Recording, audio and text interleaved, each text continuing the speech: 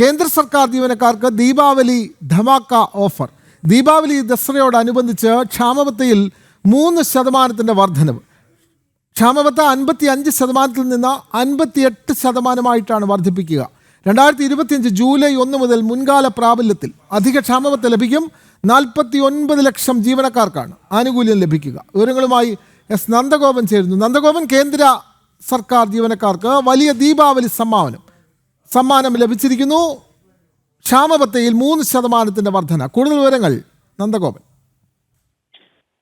വിനോദ്, കേന്ദ്ര സർക്കാർക്കും അതേപോലെ തന്നെ പെൻഷനേഴ്സിനും 3% ക്ഷാമബത്ത ഉയർത്തിക്കൊണ്ടാണ് ഈ ഉത്സവകാലത്ത് കേന്ദ്ര സർക്കാർ പ്രഖ്യാപനം നടത്തിയിരിക്കുന്നത്. ഇന്ന് ചേർന്ന മന്ത്രിസഭാ യോഗത്തിലാണ് ഈ തീരുമാനം ഉണ്ടായത്. കഴിഞ്ഞ ജനുവരിയിൽ 2% ക്ഷാമബത്ത ഉയർത്തിയിരുന്നു. അങ്ങനെ അത് 53% ഇപ്പോൾ 3% കൂടി ക്ഷാമബത്ത ഉയർത്തിയത് 58 ഉയർത്തിയിരിക്കുകയാണ്. 58% ഇനിയിപ്പോൾ കേന്ദ്ര സർക്കാർ ജീവനക്കാർക്ക് ലഭിക്കാൻ പോകുന്ന ഏറ്റവും പുതിയ ക്ഷാമബത്ത. അടിസ്ഥാന ശമ്പളത്തിൽ തന്നെ വലിയ മാറ്റങ്ങൾ, അടിസ്ഥാന ശമ്പളത്തോടൊപ്പം വലിയ സംഖ്യ പ്രതിമാസം ഇത്തരത്തിൽ ജീവനക്കാർക്ക് ലഭ്യമാകും. കേന്ദ്ര സർക്കാർ ജീവനക്കാരെ സംബന്ധിച്ചിടത്തോളം വലിയ ആശ്വാസകരമാകുന്നതും ഒപ്പം തന്നെ ഈ ദീപാവലി ദസറ നാളിൽ കേന്ദ്ര സർക്കാരിന്റെ വലിയൊരു സമ്മാനമായി കൂടി കേന്ദ്ര സർക്കാർ ജീവനക്കാർ ഇതിനെ വിലയിരുത്തുന്നു എന്നുള്ളതാണ്. ഏതാണ്ട് 30,000 രൂപ അടിസ്ഥാന ശമ്പളമുള്ള ഒരു ജീവനക്കാരന് പ്രതിമാസം ഏതാണ്ട് 1,000 രൂപ അധികമായി ലഭിക്കും. ഒപ്പം തന്നെ ഒരു 40,000 രൂപ ശമ്പളമുള്ള ആൾക്ക് ഏതാണ്ട് 1,200 രൂപ